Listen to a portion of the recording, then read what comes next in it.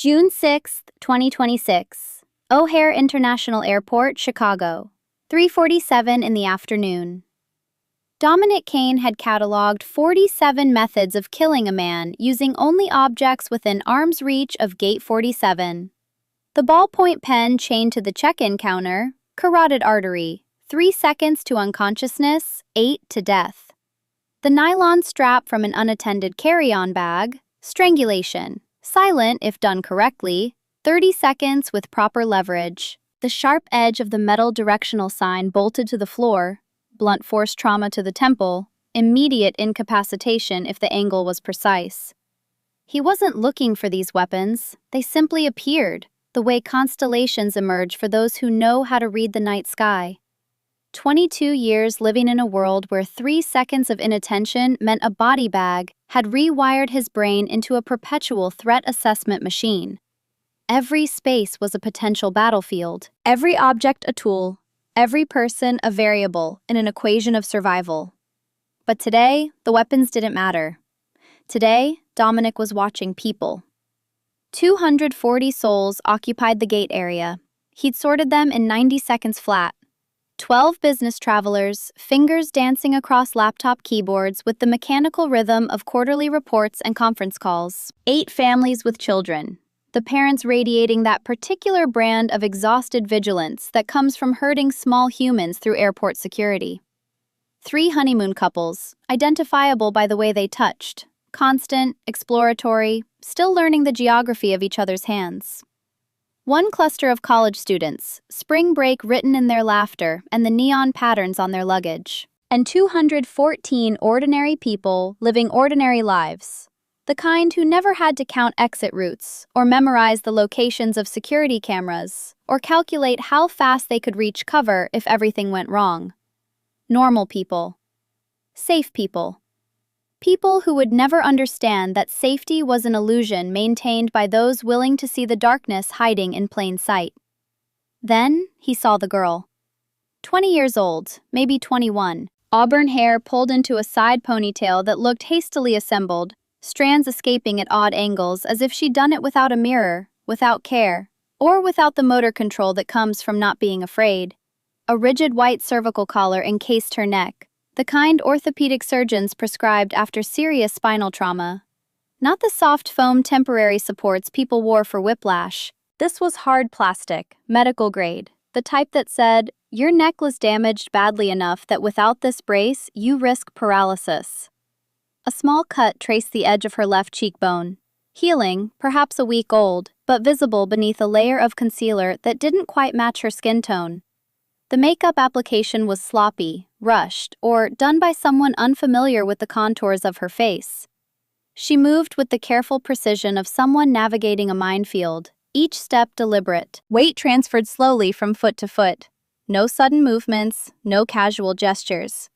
The body language of a person who had learned through pain that spontaneity carried consequences. Beside her walked a man in his early 40s, 6 feet tall, average build, wearing the uniform of suburban American trustworthiness. Navy polo shirt, khaki pants, leather messenger bag slung across one shoulder. A citizen watch, not expensive enough to draw attention, not cheap enough to suggest struggle. Clean-shaven, hair graying at the temples in that way women's magazines called distinguished. The kind of man who blended into airport crowds, PTA meetings, church socials, invisible through ordinariness.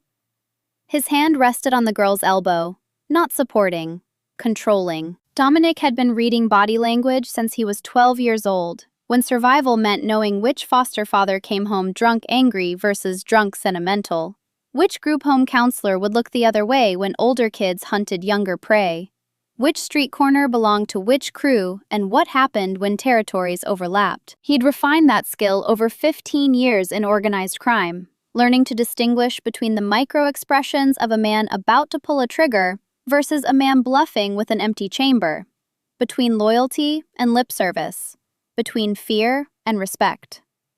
The man's grip on the girl's elbow was possession masquerading as care. She sat when he indicated, 3 rows from Dominic. The man pulled out his phone, scrolled through emails with the casual distraction of someone comfortable in their environment. The girl sat perfectly still, hands folded in her lap, eyes fixed on nothing. Her breathing barely moved the fabric of her oversized sweatshirt, the kind of shallow, controlled respiration trauma therapists called defensive breathing, the body protecting itself by taking up as little space as possible. Dominic watched the side of her face. The cut on her cheekbone had clean edges. Impact wound, not accidental. The kind that came from a hand, a fist, or the corner of something solid when a body was thrown against it. The concealer had been applied in downward strokes, the opposite of how makeup artists blended foundation. Whoever covered that wound didn't know cosmetic technique, they knew urgency. Her nails were short, unpolished, bitten down to the quick on 3 fingers. One thumbnail picked at the cuticle of her opposite hand, a repetitive, unconscious gesture. Self-soothing behavior. The motion continued for 7 seconds before the man glanced her direction. She stopped immediately, hands pressing flat against her thighs. He hadn't spoken, hadn't gestured, just looked, and she obeyed. Dominic felt something cold settle in his chest. Not surprise, he'd seen this dynamic before, in different contexts, different victims. The shape of fear disguised as compliance. The performance of normalcy stretched over a foundation of terror. What civilians saw as a father and daughter, maybe an uncle and niece, a guardian helping someone recently injured. The narrative was perfect because monsters didn't advertise. They wore polo shirts and patient smiles and the kind of practiced concern that made strangers relax, satisfied that everything was exactly as it should be. But Dominic Kane had spent 15 years learning to see past surfaces, reading the subtext, finding the lie inside the truth. And what he saw now made his jaw tighten. The boarding announcement crackled through speakers. Flight 2847 to LaGuardia, now boarding Group 1. The man stood, gestured to the girl. She rose immediately, fluidly, without hesitation or question. The movement of someone accustomed to following commands without the space for independent thought between order and action. They joined the line. The man presented both boarding passes to the gate agent. Not his pass and then hers. Both. Held in his hand. Under his control. The agent smiled, scanned, nodded them through with the mechanical pleasantness of someone who'd processed 3,000 passengers that week and would process 3,000 more. Completely routine. Dominic remained seated, laptop open but ignored. He told himself this wasn't his concern. Not his city, not his jurisdiction, not his problem. The smart move was to board his flight, return to New York, forget what he'd seen. Let it become another face in the catalog of people he'd noticed and done nothing about. Smart had never been the same as right. 7 years ago, there had been another girl. Different face, different circumstances, same fundamental dynamic. Her name was Elise Hartley, 22 years old, waitress at Kane's Bistro in Brooklyn, one of the 8 legitimate restaurants Dominic owned as fronts for his less legitimate operations. She'd been vibrant, funny, with a habit of singing Fleetwood Mac under her breath while wiping down tables after closing. Then she met Derek Brennan. Week 1. Bruise on her wrist, explained away as clumsiness. Week 2. Favoring her left side, ribs tender, claimed she'd slipped in the shower. Week 3. Black eye hidden under makeup, story about a mugging that never got reported to police. Week 4. Finger marks on her neck. Unmistakable, and when Dominic actually asked, looked her in the eye and said the words, "Do you need help?" She'd smiled and said she was fine. Really, thank you for caring, Mr. Kane, but everything was fine. And Dominic had believed her. Not because the evidence supported her story, but because believing was easier than the alternative, easier than confronting Derek Brennan, who ran with the Castellano crew. Easier than risking a gang war over a waitress's domestic situation. Easier than getting involved in something messy and complicated and outside the clean boundaries of business. Easier than doing the right thing when the right thing was hard. 3 weeks later, Elise was dead. Derek had beaten her to death with a baseball bat during an argument about her wanting to leave. Neighbors heard the screaming. Nobody called the police until hours after the screaming stopped. Derek fled the city. Never caught. Still out there somewhere. Dominic had paid for Elise's funeral. Anonymous donation. It didn't matter. She was still dead. And he'd known. He'd seen the signs. He'd asked the question. And when she'd lied to protect herself, because that's what victims did when their abuser was within earshot, when escape felt impossible, when the consequences of speaking were worse than the situation they were already enduring, he'd accepted the lie because it was convenient. That funeral was 7 years ago. Dominic still remembered the weight of the guilt, how it settled into his bones and never quite left, how he'd stood in the back of the church and watched Elise's mother sob over a closed casket and thought, I could have stopped this. He'd sworn that day, never again. If he ever saw the signs, if he ever had the chance to intervene, he wouldn't wait for permission, wouldn't accept polite denials. He would trust what he saw over what he was told. The girl at gate 47 had the same look Elise had worn in those final weeks, the same careful movements, the same studied compliance, the same invisible chains. Dominic stood, grabbed his bag, got in line 6 people behind them. The flight was half empty, midday, midweek, the kind of schedule that attracted business travelers with flexible itineraries and families visiting relatives who couldn't afford peak pricing. Dominic's seat was first class, row 3, window. The girl and the man were in economy, row 17. He saw them as he boarded. She took the window seat, he took the aisle. The middle seat remained empty. Before takeoff, the man stood, walked to the bathroom, left the girl alone for the first time since Dominic had laid eyes on them. Dominic didn't hesitate. He moved down the aisle, casual, like someone checking overhead bins for luggage. As he passed row 17, he glanced down. The girl stared out the window, her reflection visible in the glass. Red-rimmed eyes, exhausted in a way that went deeper than lack of sleep. The kind of tired that came from crying recently, but being unable to cry again because tears had consequences. Dominic stopped. His voice came out quiet, deliberately gentle, the tone he used when approaching skittish animals or people who'd learned that loud men meant danger. Excuse me, I noticed your injury. Are you all right? Do you need anything? She turned, startled. Her hand immediately went to the collar around her neck. Protective gesture, instinctive, guarding the site of trauma. I'm sorry to bother you, he continued, keeping his posture non-threatening, hands visible, distance respectful. I just wanted to make sure you're okay. For half a second, something flickered in her eyes. Hope, maybe. Or recognition that someone had actually looked at her. Really looked, past the performance to the person underneath. Then it died. She shook her head, the motion careful, limited by the brace. I'm fine, thank you.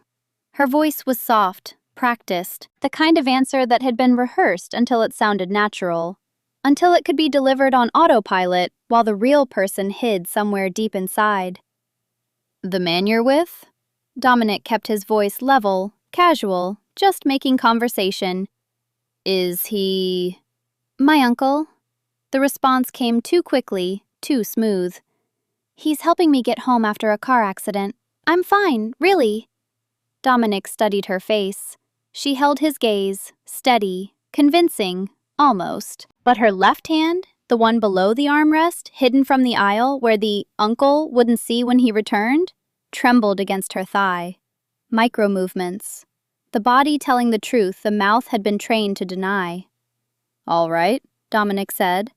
He smiled, polite, unthreatening, the smile of someone accepting the social contract. I hope you feel better soon. He turned to walk away. That's when it happened. Her hand lifted, just slightly, just for half a second, palm flat, facing him, thumb tucked into the palm, 4 fingers extended, pressed together, then lowered immediately back to her lap. The movement so quick he might have imagined it if he hadn't been watching, if he hadn't been trained to catch details other people missed. But he was watching, and he didn't miss it. The signal. Dominic's blood went cold.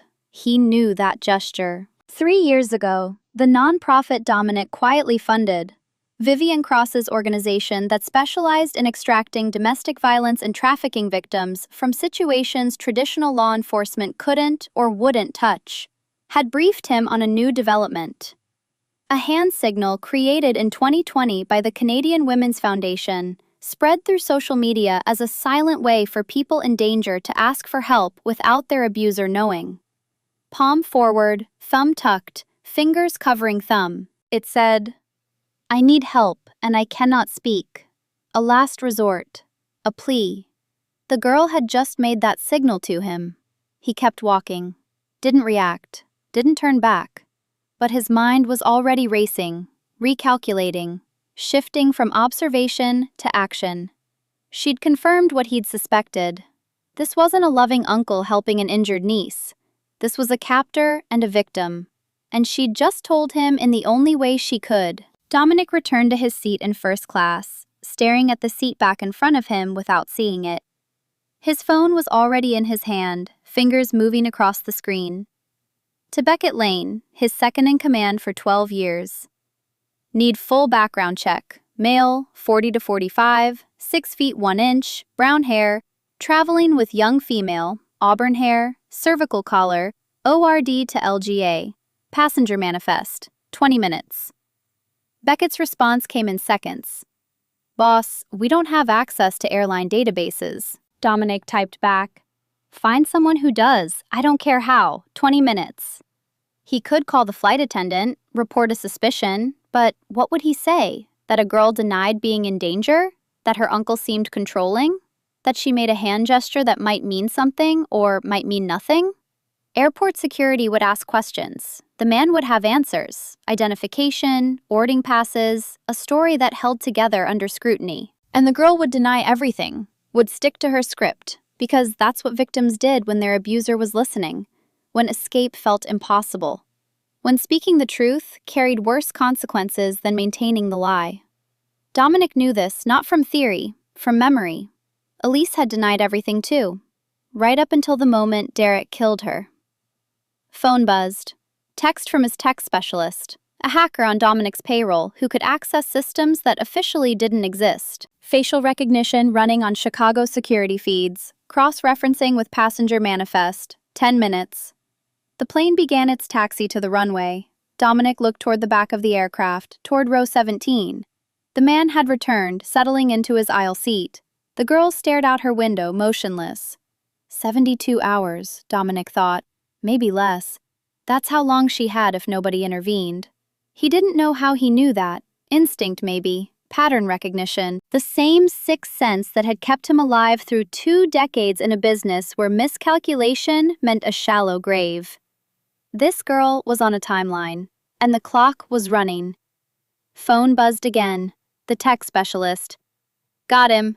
Trevor James Murdoch, age 43, seat 17B, traveling with Grace Bellamy, 20F, seat 17A, sending full file now." The file opened. Dominic read quickly, his jaw tightening with each line. Trevor Murdoch, Columbus, Ohio. Insurance claims investigator, no criminal record. Divorced 3 years prior, restraining order filed by ex-wife. Custody of daughter denied after psychological evaluation cited controlling behavior patterns and emotional abuse indicators.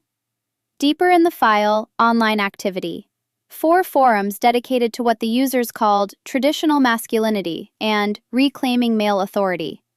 Posts under the username TradPatriot1981. Threads about finding compliant partners. Specific targeting strategies. Young women from difficult backgrounds, foster care, no family support systems. Then the critical section. Missing persons reports. 2024. Jenna Wallace, 19, Columbus. Last seen with an older boyfriend, matching Trevor's description. Investigation stalled. No body. Case went cold. 2025. Amy Thornton, 21, Cleveland. Disappeared after moving in with a helpful man she'd met online. Same physical description. Same pattern. Same outcome. Vanished. Property records showed a recent purchase. 40-acre cabin in the Adirondack Mountains, New York. Off-grid. No neighbors for miles. Acquired 3 weeks ago. Flight details appended at the bottom. Car rental booked at LaGuardia, Enterprise counter. GPS route saved in Trevor's phone, extracted from cloud backup. LaGuardia to Adirondacks, 238 miles, 4.5 hours. Dominic's hands were shaking. He pressed them flat against his thighs, forced them still. Trevor Murdoch wasn't just an abuser. He was a serial predator, possibly a serial killer. Systematic, patient. He groomed victims through online platforms, offered assistance to vulnerable women, isolated them within days, then transported them to prepared locations where they disappeared completely. Jenna Wallace, missing 18 months. Amy Thornton, missing 11 months. Grace Bellamy, next in line. And Dominic had maybe 90 minutes before they landed, maybe 4 hours after that before she was in that cabin, maybe 24 hours after that before she joined Jenna and Amy in whatever hell Trevor had prepared for them. Unless someone stopped him. Unless Dominic stopped him. The plane leveled off at cruising altitude. Dominic unbuckled, walked to the bathroom. On the way back, he paused at row 17. Trevor had his eyes closed, headphones on, giving every appearance of sleep. Real or feigned, it didn't matter. Dominic crouched slightly, bringing himself to Grace's eye level. He whispered, barely audible over the engine noise. "I saw it." She turned, confusion crossing her face. "The signal," Dominic said quietly. "I saw it. And I need you to understand something. When we land, I'm not walking away. I don't care what he's told you to say. I don't care what you think you have to do to protect yourself. I'm going to help you." Grace's eyes widened, fear mixing with something that might have been hope but looked too fragile to trust. "But I need to know what I'm dealing with," Dominic continued. "He's not your uncle, is he?" She glanced at Trevor, still appeared asleep. When she looked back at Dominic, tears balanced on her lower lashes. She shook her head once, barely perceptible, but enough. "What's your name?" "Grace." The word was breath, not voice. "Grace Bellamy?" Her face went pale. How did he know her full name? "I know who he is," Dominic said. "I know about the cabin, I know he's done this before, and I know you're running out of time." A tear fell. She wiped it quickly, checking Trevor again, panic rising. "When we land, stay close to him. Don't do anything different. Don't let him know anything changed. Can you do that for 2 more hours?" "He always knows when something's wrong." Her voice was so quiet Dominic had to lean closer to hear. "Then make sure nothing seems wrong. You've survived this long. You can survive 2 more hours. Can you do that?" She nodded, another tear escaping. "Why are you helping me?" The question came out broken, disbelieving. Dominic met her eyes, and for a moment he was back in that church 7 years ago, standing in the back while they lowered Elise Hartley into the ground. "Because someone should have helped you a long time ago," he said. "And because I let someone down once, I won't do it again." He stood, walked back to his seat, and began making phone calls that would change multiple lives before the sun set. To Beckett Lane. Code red extraction. LaGuardia, 90 minutes. 4 men, armed, 2 SUVs, surveillance equipment, extraction kit with medical supplies and burner phones. No questions. Move now. To Vivian Cross. Emergency placement. Female, early 20s, trafficking victim confirmed. Needs safe house tonight, trauma medical team, legal counsel. Prepare for severe psychological damage. To the tech specialist. I need real-time GPS on Trevor Murdoch's phone and rental car. Also need full property records on all his addresses. If he owns anything else, I want to know about it. Beckett called back within 3 minutes. Boss, code red at an airport is maximum exposure. We have active operations that could be compromised if... Dominic cut him off. I don't care. The legal risk alone. I don't care. Silence on the line. Then Beckett sighed, the sound of a man who'd followed Dominic long enough to know when arguments were futile. Who is she? Someone who needs help. That's not enough reason to risk everything we've built. It's enough for me. Another pause. Team is mobilizing. ETA LaGuardia, 100 minutes. But Dominic, are you sure about this? Dominic looked toward row 17. Grace sat there with Trevor, trapped in plain sight, surrounded by hundreds of people who couldn't see what was right in front of them. 7 years ago, I let a girl die because I wasn't sure, because I waited for permission, because I chose the easy path over the right one. I'm not making that mistake twice. Grace made that signal. She's asking for help in the only language she has left. And I'm the only person on this entire plane who saw it. So yes, Beckett, I'm sure. Understood. 90 minutes. Phone buzzed. Another text from the tech specialist. Additional intel. Trevor's ex-wife is Rebecca Klein. Restraining order filed but never pursued in court. Divorce settlement oddly amicable for someone who claimed abuse. Custody evaluations cite Trevor as threat, but Rebecca didn't push for criminal charges. Feels off. Dominic filed that information away. Something about the ex-wife didn't add up, but right now his priority was Grace. The rest could wait. 73 minutes until landing. 73 minutes to finalize a plan that would either save a life or destroy his. Dominic closed his eyes, thought about Elise one more time, then opened them and got to work. The plane descended through clouds toward New York. Dominic had made his choice. There was no going back now. LaGuardia Airport materialized through the window at 5:47, the runway lights cutting geometric patterns through the gathering dusk. Dominic felt the landing gear lock into place, felt the slight shudder as rubber met asphalt, felt the deceleration press him forward against the seatbelt. 93 minutes since Grace had made that signal. 93 minutes of planning, coordinating, calculating odds that kept getting worse the more he examined them. First-class passengers deplaned first. Dominic moved through the jet bridge with his phone already against his ear. Beckett's voice came through. We're staged. 2 SUVs, arrivals level. 4 men armed and briefed. Surveillance van parked across from baggage claim with sightlines on all exits. What's your play? Hold position. I need visual confirmation they're heading where we think. And if they're not? If he takes her somewhere else? Then we adapt. Dominic ended the call and positioned himself near the baggage claim carousel, far enough to avoid notice, close enough to maintain line of sight. 3 minutes later, Grace and Trevor emerged from the gate area. Trevor walked with the easy confidence of someone who owned his surroundings, phone in hand, typing something that made him smile.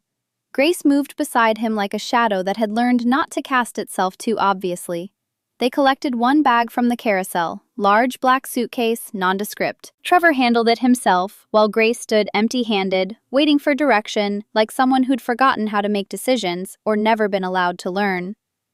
They walked toward ground transportation. Dominic's phone buzzed. Text from his surveillance specialist in the van. Subject heading to rideshare pickup, not rental counter. That was a problem.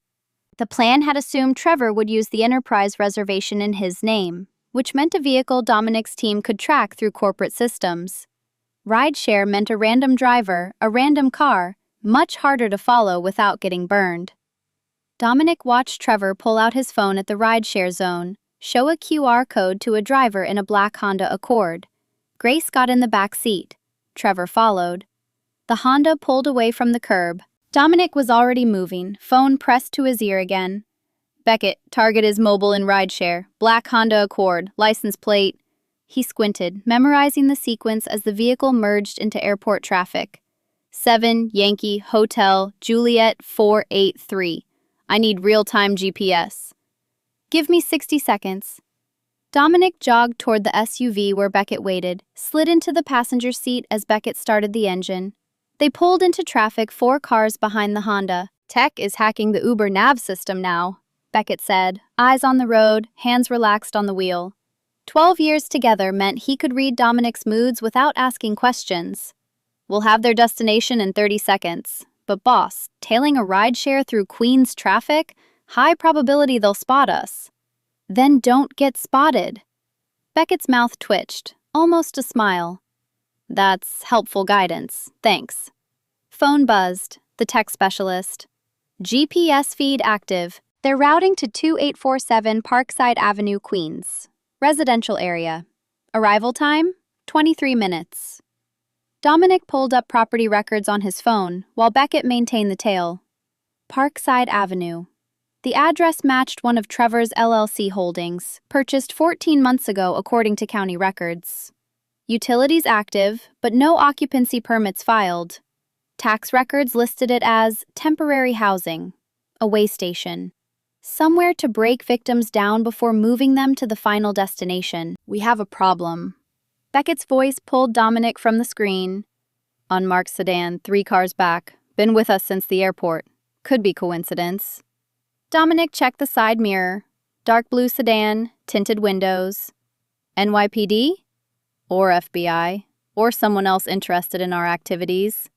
Can you lose them? Not without alerting the Honda that they're being followed by someone being followed. It's a whole chain of surveillance at that point. Dominic weighed options. If law enforcement was already watching Trevor, that meant an existing investigation, which meant jurisdiction issues, which meant Dominic's intervention could compromise their case. But it also meant Grace might have official help coming, which was better than Dominic's extra-legal approach. Unless the investigation was moving too slowly, unless they were still building evidence while Trevor was moving to end Grace's life. Stay on target, Dominic decided. Let the sedan follow. We'll sort it out at the destination. 23 minutes of driving through Queens. Strip malls giving way to residential blocks, the density decreasing as they moved farther from the airport. Houses getting older, shabbier. The kind of neighborhood where people minded their own business because everyone had something they didn't want examined too closely. The Honda stopped in front of 2847 Parkside. Narrow 2-story house. Paint peeling, chain-link fence half collapsed, yard overgrown with weeds that had given up trying to be grass. Windows showed lights inside, but curtains blocked the view. 3 deadbolts visible on the front door from 50 feet away. Trevor exited the Honda, helped Grace out with a hand on her elbow that looked solicitous to anyone not watching the way her body tensed at his touch. He retrieved the suitcase, tipped the driver, walked Grace up cracked concrete steps to the front door, unlocked it, they went inside. Door closed, Beckett parked 2 houses down. The blue sedan rolled past, didn't stop, continued to the end of the block and turned left. Whoever was driving knew enough not to make their surveillance obvious. Dominic's phone showed the thermal imaging feed from the surveillance van. 2 heat signatures on the first floor, Trevor and Grace. 1 signature in the basement, stationary. Someone else was already in that house. Beckett. I see it. Basement signature hasn't moved in the 4 minutes we've been watching. Either they're restrained or they're dead. Dominic felt his pulse hammering. Get the team ready. Full breach kit. Boss, we don't have a warrant. We don't have legal standing. We kick that door, anything we find is inadmissible, and we're looking at felony charges. I'm aware. Just making sure you're counting the cost. I've been counting since Chicago. Beckett nodded slowly. Then we're going in. Dominic's phone rang, unknown number. He stared at the screen for 2 seconds before answering. A woman's voice, clipped and professional. Dominic Kane, don't turn around. Blue sedan at the corner. I'm Detective Harper Finch, NYPD Missing Persons. We need to talk about Grace Bellamy and Trevor Murdoch, right now. Dominic met Beckett's eyes. Beckett raised an eyebrow. Dominic gestured to stay put and stepped out of the SUV. The blue sedan's rear door opened. Dominic slid inside. Detective Harper Finch was 41, looked 50 from the weight of cases that never closed, victims who stayed lost. Short brown hair, no makeup, gray eyes that had seen enough darkness to stop being surprised by it. She held a tablet in one hand and a photo of Dominic in the other. Dominic Kane, 34, owner of Kane's Bistro chain. Net worth, $47 million on paper. Probably triple that from sources I can't prove. She set the photo down. You made contact with Grace Bellamy twice on flight 2847. That's not casual concern. That's reconnaissance. Dominic kept his face neutral. You've been watching me? I've been watching Trevor Murdoch for 6 months. You became relevant when you started watching him too. Finch set the tablet on her lap. So here's what I need to know. Are you working with him or against him? Against. Prove it. Dominic pulled out his phone, showed her the background file on Trevor. The missing persons reports, the property records, the online forum activity. I saw Grace at O'Hare. I recognized the signs. I did what you apparently haven't managed to do in 6 months. I actually talked to her. Finch's jaw tightened. You have no idea what I've been doing. Then tell me. She did. Amy Thornton, 21, Cleveland waitress, posted on Facebook looking for housing help. Trevor offered a room within 3 hours. She moved in October 2024. 1 week later, her Facebook went dark. Coworkers filed a missing persons report. Finch caught the case, found the connection to Trevor, started digging. Found Jenna Wallace, 19, Columbus. Same pattern. Posted online, Trevor responded. She moved in, she disappeared. 3 weeks from first contact to vanishing completely. Finch brought it to her captain. Not enough for a warrant. No crime scene. No proof Trevor did anything illegal. They were adults, maybe they just left. So Finch built her case quietly. Off book. Tracking Trevor's movements, his property purchases, his online activity. Planning to get a warrant to search the Adirondacks cabin. Waiting for enough evidence to make charges stick. Then she saw his flight booking. Chicago to New York with niece. Ran facial recognition, identified Grace, got on the same plane. I was going to extract her legally at LaGuardia, Finch finished. Approach her as law enforcement, offer protective custody, build a case from her testimony. Then you showed up and started mobilizing your private army. And if she refused protective custody, if Trevor had her trained well enough to deny everything, then I'd have followed them, maintained surveillance, waited for him to make a mistake. How long would you wait? Hours? Days? While he does to her whatever he did to Jenna and Amy? Finch looked away. I don't have a good answer for that. Neither do I, which is why I'm not waiting. If you extract her by force, you contaminate my case. Defense will argue coercion. Everything falls apart. Trevor walks. And if I do nothing, Grace dies. You'll have a third cold case instead of 2. Great outcome, detective. They stared at each other. 2 people, same goal, opposite methods. The law versus effectiveness. Process versus results. Finally, Finch spoke. There's a third option. We work together. I'm listening. You have resources I don't. I have legal authority you don't. We combine them. Get evidence I can use legally. Extract Grace safely. Put Trevor away permanently. Dominic considered. Legal cover would help, but cops had rules, procedures, timelines. Grace might not survive the bureaucracy. 2 hours, he said. We try it your way first. Legal. By the book. If that doesn't work, if Grace is in immediate danger, I go in. My way. Finch studied him. If you fuck up my case, I'll arrest you. I don't care what you control or who you know. Understood. They shook hands. Finch's grip was strong, calloused. The handshake of someone who'd clawed her way through a system designed to grind women down. One more thing, Finch said. That heat signature in the basement? I think it's Amy Thornton. Dominic's breath caught. You think she's alive? Thermal imaging doesn't lie. Someone's down there. And if Trevor kept Amy for 11 months... She didn't finish. Didn't need to. They exited the sedan. Beckett had the team assembled. 4 men in tactical gear, night vision equipment, entry tools. Finch pulled out her badge, established authority, got briefed on capabilities. We need probable cause for entry, she said. Exigent circumstances. Someone in immediate danger. As if on cue, a scream cut through the evening air. Female voice, not Grace. Coming from inside 2847 Parkside. Then a crash, glass breaking, more shouting.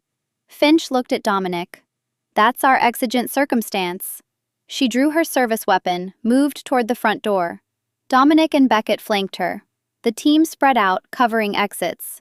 Finch keyed her radio. This is Detective Harper Finch, badge 4729. I am making forced entry at 2847 Parkside Avenue, Queens, on exigent circumstances.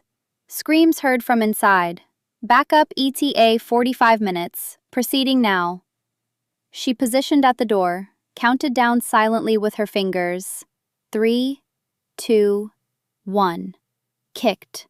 The door splintered inward. They entered with weapons raised. Living room. Chaos. Trevor Murdoch on his knees, hands up, face drained of color. Grace frozen against the wall, eyes wide. And standing over Trevor with a kitchen knife shaking in her grip was a woman Dominic recognized from the missing persons file. Amy Thornton. She was emaciated, maybe 95 pounds, bones visible through translucent skin. Scars covered her arms, her neck, her face, burns and cuts in various stages of healing. Her blonde hair was matted, unwashed for weeks. She wore an oversized men's shirt and nothing else, barefoot, eyes feral with the desperate clarity of prey that had finally cornered its predator. On the floor lay another woman, unconscious, bleeding from a head wound. Mid-30s, unknown identity. Amy's knife was 6 inches from Trevor's throat. "Get the fuck out!" Her voice was raw, scraped over broken glass. "This doesn't concern you!" Finch raised her weapon, procedure overriding everything else. "NYPD, drop the weapon!" Amy swung the knife toward Finch. "I said, get out!" Dominic stepped between them, hands visible, posture non-threatening. Amy Thornton. Your name is Amy Thornton." Her eyes found his. Confusion flickered. "How do you know?" "Detective Finch has been looking for you for 6 months. Your family's been looking for you. You're not lost anymore." Amy's laugh was broken, manic. "Looking? Where the fuck were they 11 months ago when I was screaming in that basement every goddamn night?" Trevor tried to speak. "Officers, thank God you're here. This woman..." Amy screamed, the sound of something inside her finally shattering completely. "Broke in? You kept me in a cage!" Dominic kept his voice low, steady. "Amy, I need you to put the knife down." "No, he wins if I do. He always wins. Men like him always fucking win." "Not this time." "Bullshit. I put the knife down, you arrest me, he walks free with some story about crazy women, and I go back to being nothing." Finch holstered her weapon, a calculated risk. "Amy, I'm Detective Harper Finch, NYPD Missing Persons. I've been investigating Trevor for 6 months. If you testify, he goes to prison for life." "You can't promise that." "You're right. I can't." Finch stepped closer, hands visible. "But I promise you'll be safe. And I promise we'll fight to make sure he never hurts anyone again." Amy's hand wavered. Grace spoke for the first time since they'd entered, her voice small but clear. "Please don't kill him." Everyone looked at her. Amy's face twisted. "Why? Why the fuck would you defend him?" Grace's hands were shaking, but her voice was steady. "Because if you kill him, you become what he is. He's already taken everything else from you. Don't let him take who you are." The words hung in the air like a held breath. Amy stared at Grace, saw herself reflected back, saw what 11 months in that basement could do to someone's soul. The knife lowered, then dropped. Amy collapsed, sobbing. Finch moved in, secured the weapon, held Amy while she shook apart. Beckett pulled Trevor up, zip-tied his wrists, shoved him against the wall. "Don't move. Don't speak. You do either, I let her have the knife back." Trevor nodded, terror overriding whatever lies he'd been preparing. Dominic knelt beside Grace. "Are you hurt?" She shook her head, couldn't speak, shock rendering her mute. "It's over. He can't hurt you anymore. I promised you on the plane. I keep my promises." Grace broke down. Dominic stayed close but didn't touch. Trauma victims needed space, not contact. Just presence. Just the knowledge that someone was there. EMTs arrived, treated the unconscious woman, turned out to be a neighbor who'd heard noise, came to investigate. Trevor attacked her. They stabilized her, loaded her into an ambulance. Finch radioed for backup, crime scene techs, a detective from Queens SVU. The house filled with police, photographers, evidence collectors. "We need to clear the basement," Finch said quietly to Dominic. "Amy came from down there. I need to know what else we're going to find." They descended narrow stairs, flashlights cutting through darkness. The basement was a catalog of systematic evil.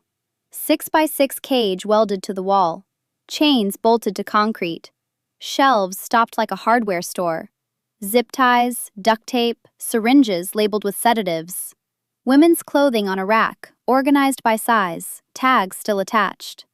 A corkboard covered one wall, photos pinned in neat rows.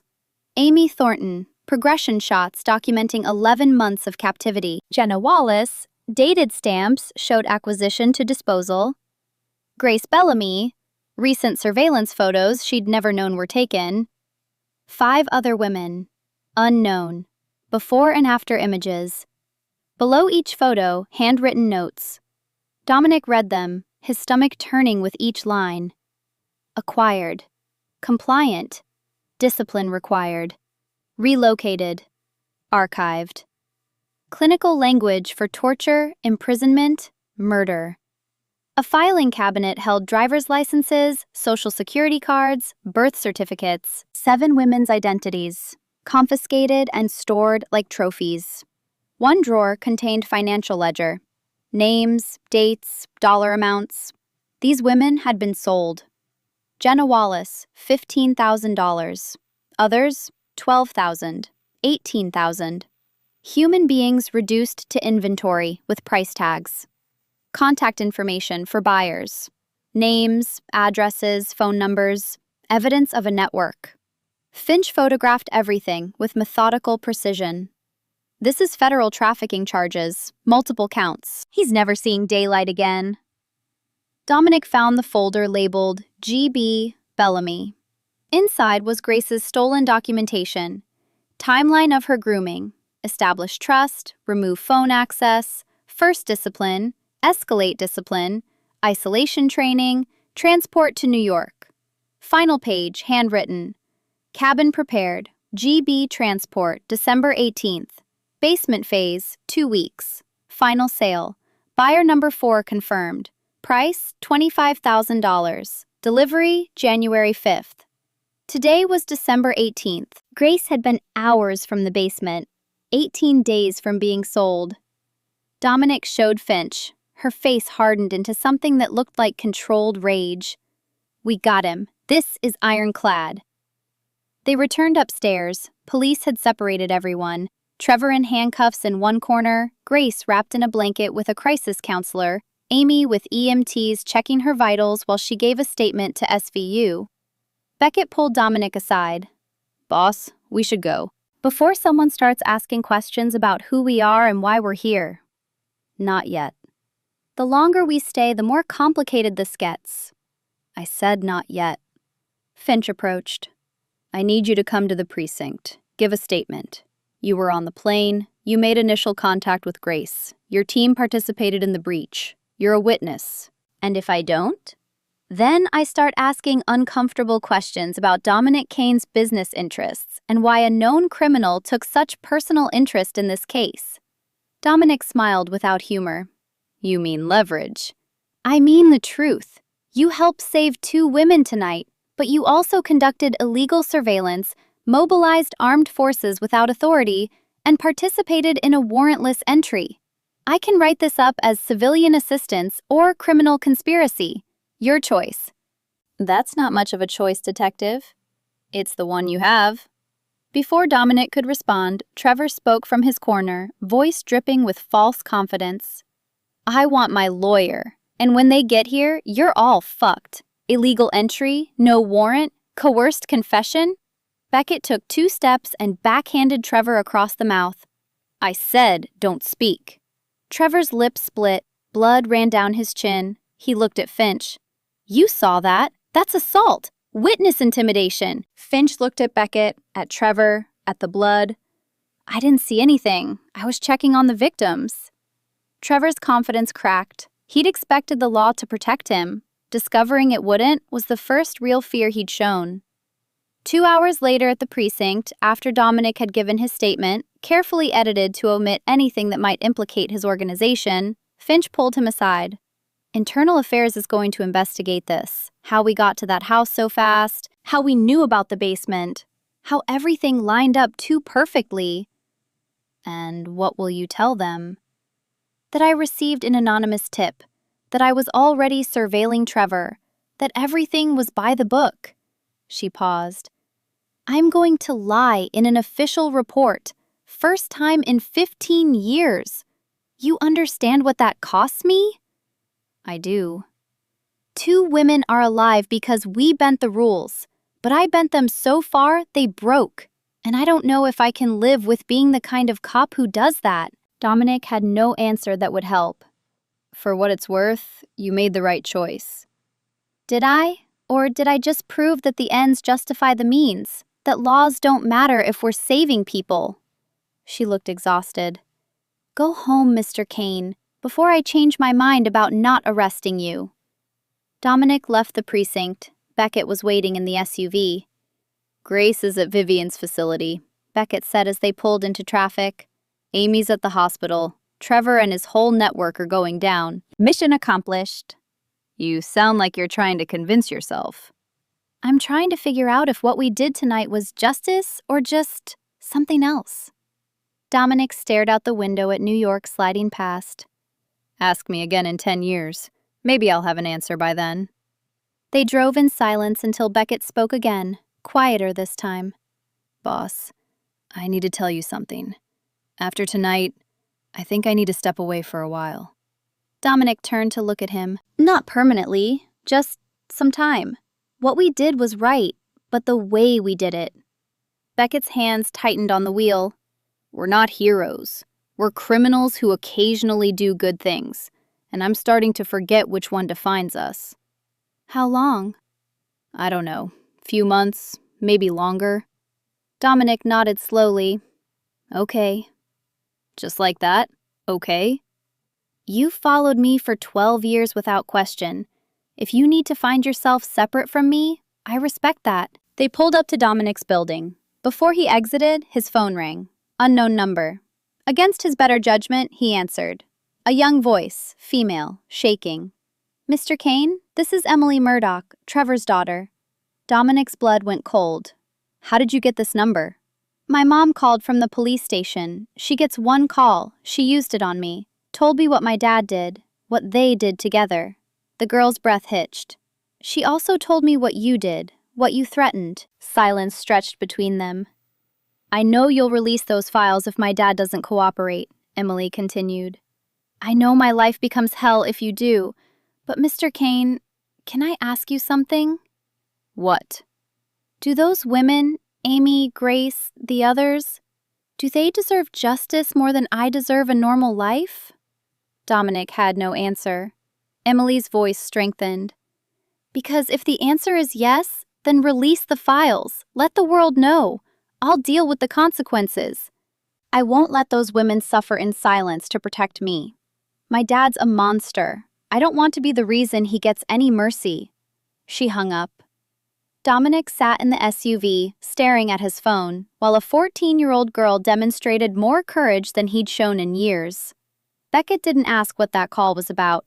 Some things were too heavy for words. The city lights reflected off the windshield, turning the glass into a mirror where Dominic could see his own face staring back. And for the first time in 7 years since Elise Hartley died, he wasn't sure if he was looking at the man he wanted to be or the man he'd become. 3 days passed before Dominic slept more than 2 hours at a stretch. His office in Manhattan became a cell where he reviewed case files that told him nothing new, made phone calls that changed nothing important, and stared at a whiteboard that reduced human suffering to bullet points and check marks. Trevor Murdoch pleaded guilty to 14 counts including kidnapping, trafficking, and 2 counts of murder. 7 consecutive life sentences, no possibility of parole. The arraignment had taken 40 minutes.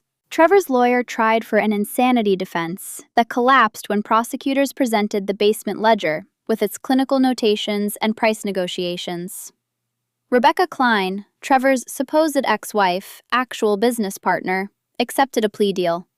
25 years federal prison in exchange for complete cooperation. She'd given investigators names, addresses, property locations, buyer contacts. The FBI had already arrested 4 of the 7 buyers. 3 more were being extradited from out of state. Grace Bellamy was at Vivian Cross's facility in the Catskills, receiving treatment Dominic couldn't ask about due to privacy laws, and his own decision to keep distance until she was ready for contact, if she ever became ready. Amy Thornton had spent 4 days in the hospital before transferring to a psychiatric rehabilitation center in Westchester. Her mother visited daily. Her sister had flown in from Oregon. She was surrounded by family who'd never stopped looking. 5 bodies had been recovered from locations Rebecca provided. Jenna Wallace and 4 other women finally going home to families who could bury them properly. The numbers added up to success. The reality felt like something else entirely. Dominic's phone showed 3 missed calls from Detective Harper Finch, and 1 voicemail he hadn't listened to. He knew what it would say. Internal affairs. Questions about timeline and coordination. How a civilian happened to be at the exact right place with tactical support ready to deploy. Finch would lie to protect herself and the case, but lies had weight. They accumulated until the person carrying them couldn't remember what truth looked like anymore. The office door opened without knocking. Only one person had that privilege, except Beckett Lane was no longer that person. "Came to clean out my desk," Beckett said, not quite meeting Dominic's eyes. He carried an empty cardboard box, the universal symbol of endings. "Didn't want to make it weird, so I figured early morning while you were here."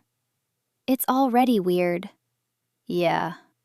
Beckett set the box down, started pulling personal items from the desk he'd occupied for 12 years. Photo of his parents, both dead now. Coffee mug from a diner in Queens they'd staked out during the early days. A baseball from Yankee Stadium, caught during a game they'd attended between jobs that would have gotten them both killed if they'd failed. "Look, about the other night. You were right." Beckett stopped, holding a paperweight shaped like a bullet casing. "About what?" "All of it. We crossed lines I swore we'd never cross. I threatened a 14-year-old girl to force a confession. Used her as leverage like she was collateral instead of a child. You saved Grace and Amy and broke Harper Finch's integrity doing it. She's going to lie in an official report, first time in her career, because of me." Dominic stood, walked to the window overlooking the city. Dawn was breaking, painting steel and glass in shades of orange that looked like fire. "You're leaving because you don't want to watch me become something I'm not. But what if I already am?" Beckett was quiet for a long moment. Then, "My wife, Sarah, you haven't met her yet. She asked me something last week. She said, 'When you look in the mirror, do you see the man you want to be, or the man you've had to be?' I didn't have an answer." "That why you're going to Asheville?" "Part of it. Kid on the way too. Daughter. I want to be the kind of father who doesn't have to lie about what he does for a living." Dominic turned from the window. "Will you tell her about me? When she's old enough?" "I'll tell her I worked for a complicated man who did complicated things for reasons that weren't always clear, even to him, and that despite everything, he tried to do right when it mattered." Beckett finished packing, hefted the box. "That's not nothing, boss. Don't forget that." They shook hands. 12 years collapsed into a grip that lasted 3 seconds, and then Beckett was gone, and Dominic was alone with victories that felt like losses. His phone buzzed. Text from Vivian Cross. "Grace asked about you. Not ready to talk yet, but she's thinking about it. Progress." Small comfort. Grace was alive, rebuilding, creating a future Trevor Murdoch had tried to erase. Dominic had learned that saving someone's life didn't earn you a place in it, didn't give you the right to absolution just because the outcome was survival instead of death. Another text. Unknown number. "Mr. Kane, this is Emily Murdoch. Can we talk?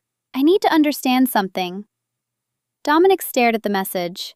14 years old and already carrying weight no child should have to lift.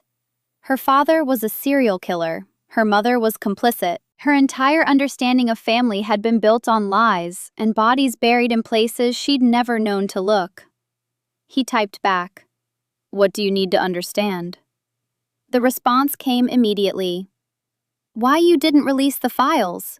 My dad confessed. You got what you wanted, but you kept your promise about protecting me. Why?" Dominic's fingers hovered over the keyboard. The truth was complicated. He'd kept his promise because Emily was innocent, because punishing children for their parents' sins was the kind of thing men like Trevor did, because somewhere in the moral calculus, he still believed some lines shouldn't be crossed, even when crossing them would be strategically sound. He typed, "Because you're not your father. You shouldn't pay for his crimes." 3 dots appeared, disappeared, appeared again. Then, "Thank you. That's more than I deserved from someone he hurt." "You didn't hurt anyone, Emily. You're a victim too." "Then why do I feel guilty?" Dominic had no answer for that. Guilt was an inheritance that skipped generations, a curse that afflicted the innocent while the guilty slept soundly. He knew because he carried Elise Hartley's death like a stone in his chest, even though the hand that killed her belonged to someone else. "Guilt means you have a conscience," he typed. "That's proof you're nothing like him." The response took longer this time. "I'm going to college next year, social work major. I want to help trafficking survivors, women my dad hurt. Maybe that's how I make this right." "You don't have to make anything right. You didn't break it." "But I can help fix it. Isn't that enough?" The conversation ended there. Dominic set the phone down and realized his hands were shaking. A 14-year-old girl had just taught him something about redemption that 7 years of carrying Elise's ghost hadn't managed. You couldn't undo the past, but you could shape the future into something that honored the dead by protecting the living. 2 weeks later, Dominic stood at Greenwood Cemetery in Brooklyn. Wednesday morning, quiet, the way it always was when he visited Elise's grave. He'd been coming here every week for 7 years. Some rituals became structure when everything else felt uncertain. Elise Catherine Hartley, 2003 to 2019. Beloved daughter, dreamer. She deserved to choose. That last line had been Dominic's contribution. Elise's mother had wanted something traditional, but Dominic had paid for everything, and he'd insisted on those 4 words because they contained the truth nobody wanted to acknowledge. "I saved one this time," Dominic said, kneeling on grass still wet with morning dew. "Grace Bellamy, same situation you were in. Trapped, isolated, terrified.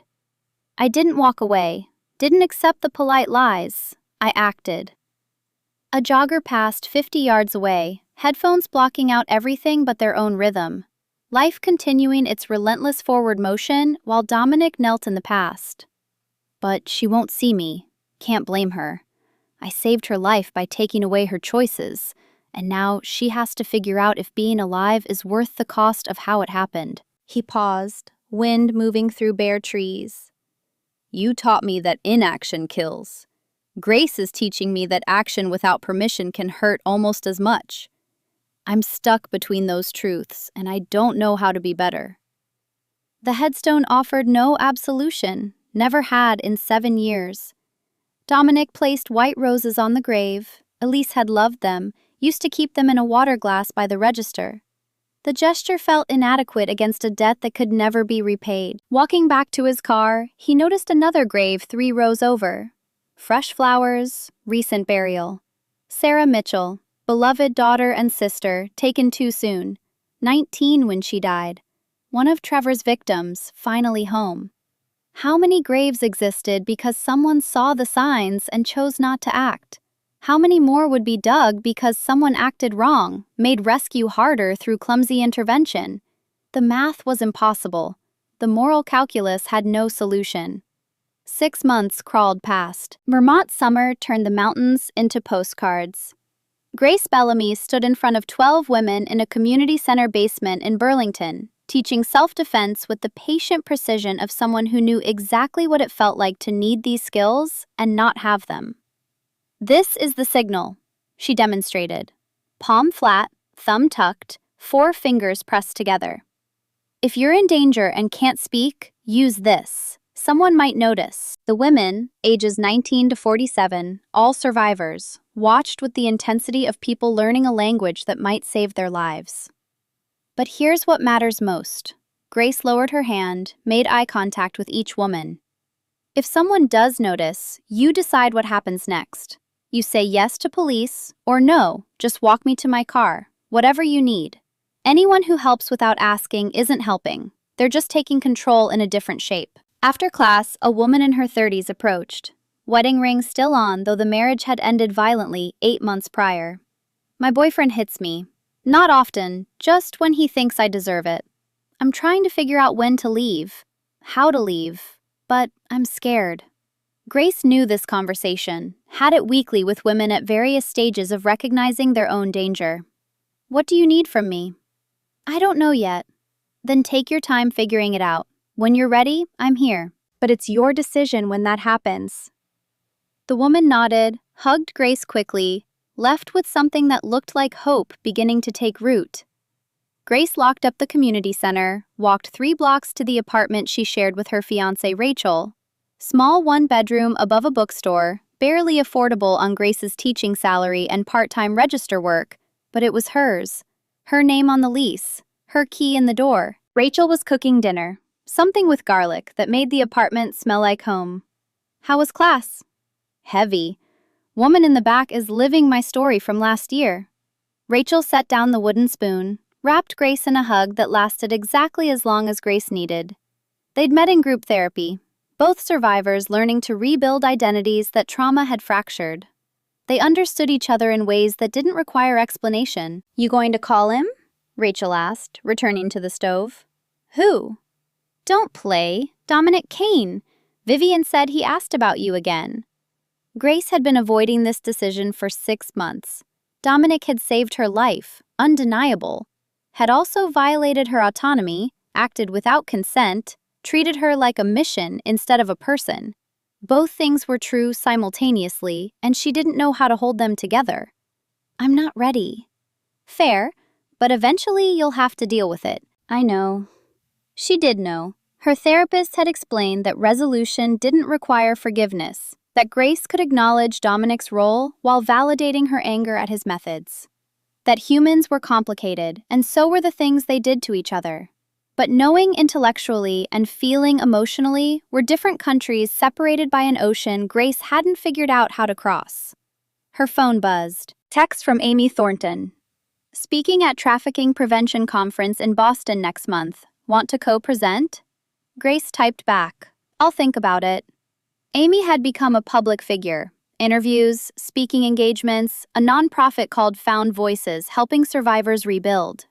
Grace admired the work but wasn't ready to put her own face on the cause. Wanted to just be Grace, person who worked at a bookstore and was slowly learning that trauma didn't define her even though it had reshaped her. You should do it, Rachel said, reading over her shoulder. You're good at this. Helping is different from being public. Is it? Or are you just scared of being reduced to your worst moment? Grace wanted to argue, but Rachel was right. She was scared. Scared of people seeing victim instead of person. Scared that standing up publicly would somehow give Trevor power even from his prison cell. I'll think about it, she repeated, the most honest answer she had. 1 year, 3 months, and 14 days after that night in Queens, Dominic's phone rang. Chicago area code, unknown number. He answered. Hello? Mr. Kane? Officer Ramirez, Chicago PD. We have a situation at O'Hare. Young woman making that hand signal, the one from the trafficking awareness campaigns. Your name came up in our system as someone who successfully intervened in a similar case. Can you help? Dominic felt the familiar pull, the urge to act, to fix, to control the outcome, because waiting meant someone might die, and he'd already watched one person die from his inaction. But he thought about Grace refusing to see him, about Beckett leaving because he couldn't watch Dominic cross more lines, about Finch lying in reports and hating herself for it, about Emily Murdoch choosing to build something new instead of being crushed by her father's legacy. Officer Ramirez, I'm not the right person for this. Silence on the line. Sir, we specifically need someone with experience. I have experience doing it wrong. Let me connect you with people who know how to do it right. Dominic pulled up his contacts. Detective Harper Finch, NYPD Missing Persons. She's been investigating trafficking cases for 2 years. She understands the legal frameworks and victim advocacy protocols. He texted Finch's number to Ramirez, then continued. Also contact a nonprofit called Reclaimed, run by Emily Murdoch out of Columbus. They specialize in intervention that respects victim agency. They'll have counselors who can approach the situation without forcing outcomes. But Mr. Kane, your track record. My track record is saving one woman while alienating her so badly she won't speak to me over a year later. That's not success, officer. That's collateral damage. Dominic stared out his office window at Manhattan stretching toward horizons he couldn't see. Call Finch. Call Reclaimed. They'll do what I couldn't. Help without controlling. If you're sure. I'm sure. Good luck. He hung up. The phone felt heavy in his hand. For 7 years he'd believed that action was always better than inaction, that doing something imperfectly was superior to doing nothing at all. Grace had taught him the flaw in that logic. Sometimes doing something wrong caused damage that took years to heal. And maybe the bravest thing wasn't rushing in, but stepping back and trusting others to handle what you couldn't. It felt like failure and freedom simultaneously. His phone buzzed. Text from Emily. Officer Ramirez just called Reclaimed. We're mobilizing a team. Thank you for the referral, Mr. Kane. This is what growth looks like. Dominic smiled despite himself, 14-year-old wisdom teaching him what decades of experience hadn't. 9 months later, December 2028, Boston Convention Center hosted its annual conference on ending human trafficking. Dominic attended as Anonymous Donor Representative, a title that let him fund the work without taking credit for it. The speaker list included advocates, law enforcement, survivors, and 2 names that made his presence feel simultaneously necessary and uncomfortable: Grace Bellamy and Emily Murdoch. He almost didn't go, but Amy Thornton had asked him personally, and Emily had insisted, and Dominic realized he was surrounded by people who'd turned their pain into purpose, while he was still deciding what his own transformation looked like. The panel was powerful. Grace talked about autonomy in rescue, about the difference between helping and controlling. Emily discussed building support systems that centered survivor voices. Amy shared statistics on the 3-state expansion of found voices. Afterward, Dominic stood near the coffee station, talking to Emily about her college plans, when he saw Grace approaching. His stomach tightened. Prepared for anger, rejection, the consequences he'd earned. Mr. Kane, her voice was steady. Grace, you were incredible up there.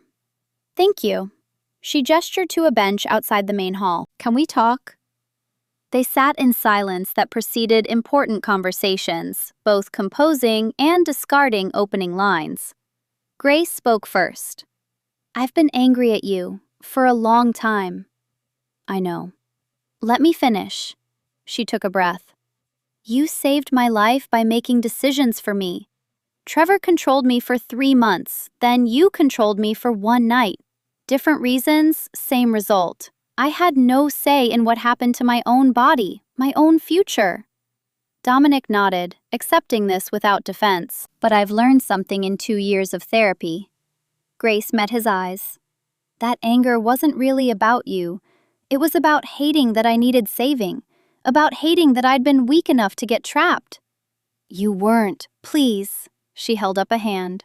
You remind me of my powerlessness. I hated you for that mirror. But you didn't make me powerless. Trevor did. You just responded to it. Imperfectly. Very imperfectly. A ghost of a smile. But you responded, and I'm alive because of it. The words hung between them like a bridge neither had expected to exist. I'm not forgiving you completely. I'm not there yet. But I understand now that people are complicated, that heroes don't exist. Just humans making mistakes and trying anyway. You're one of those humans. So am I. Dominic's voice was rough when he spoke. Thank you for telling me that. And Grace, survival is the strongest thing anyone can do. You never needed to be anything other than what you were. I'm learning that, slowly. They sat together, 2 people connected by a moment that had changed both their trajectories, learning that resolution didn't require perfection, just the willingness to acknowledge complexity without needing to simplify it. Emily joined them, carrying 3 coffees she distributed without asking. Figured you both needed this. Heavy conversation energy. Grace accepted the cup.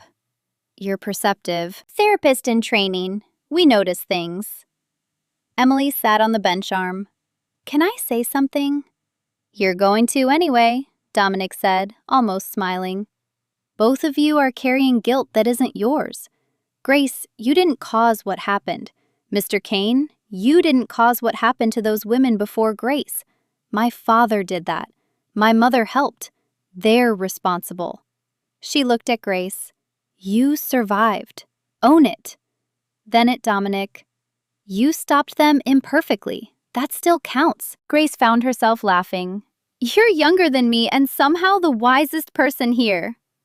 Trauma ages you, plus good therapy, Emily shrugged. Speaking of which, Grace, I'm opening Reclaimed next month. We help survivors through job training, housing, legal support. I'd be honored if you joined the advisory board. Grace blinked. You want me, victim of your father, working with you? I want survivors guiding survivors. You understand what helps and what hurts. That's the expertise I need. Emily paused. But it's up to you. No pressure. The phrase, up to you, settled into Grace's chest like a key finding its lock. Emily understood what Dominic had failed to grasp 2 years ago. Offering help meant presenting options, not dictating outcomes. I'll think about it, Grace said, meaning it sincerely. They talked for another hour, about the conference, about Trevor's appeals being denied, about Amy's nonprofit expanding, about small victories accumulating into something resembling recovery. When the conversation wound down, Grace stood to leave. Before walking away, she turned back. Thank you for noticing me when everyone else looked away. Even though you noticed wrong, even though you helped wrong, you noticed, you acted. That's more than most people would do. Dominic's eyes were bright. You were always worth noticing. I just wish I'd done it better. She left him there with Emily, 2 people connected by Trevor's sins, learning to build something that honored victims by refusing to let their deaths or survivals be in vain. That evening, alone in his hotel room, Dominic opened his laptop and drafted an email to Vivian Cross. I'm stepping back from direct intervention work, not because I don't care, but because I've learned that caring isn't enough. Grace taught me that. So did Emily. So did everyone whose life I touched while thinking good intentions justified questionable methods. I'll keep funding the work, but the work itself needs to be done by people who understand that rescue without consent is just control wearing a hero mask. Thank you for everything. And please tell Grace, if she's ready to hear it, that she was right about all of it. He hit send, then closed the laptop. His reflection stared back from the darkened screen. After 2 years of wrestling with who he was versus who he wanted to be, he'd finally learned they could become the same person if he stopped trying to control outcomes and started trusting others to do what he couldn't. The city lights reflected in the hotel window, turning glass into mirrors where Dominic saw his own face and recognized someone learning that wisdom sometimes looked like stepping back, that strength sometimes looked like admitting limitation, that the truest form of helping was often knowing when to let others lead. It wasn't redemption. Elise was still dead. Grace had still suffered. The scars remained. But maybe redemption wasn't erasing the past. Maybe it was learning from it well enough to stop repeating the same mistakes in different shapes. Maybe it was choosing differently next time, even when different felt like failure, even when stepping back felt like abandonment. Dominic turned off the lights, and for the first time in 7 years, slept through the night without dreaming of graves or girls he couldn't save or choices that haunted him from both directions. Because some lessons couldn't be learned once. Some growth happened in increments so small they were invisible until you looked back and realized the person you'd been no longer fit the person you were becoming. And that, finally, was enough.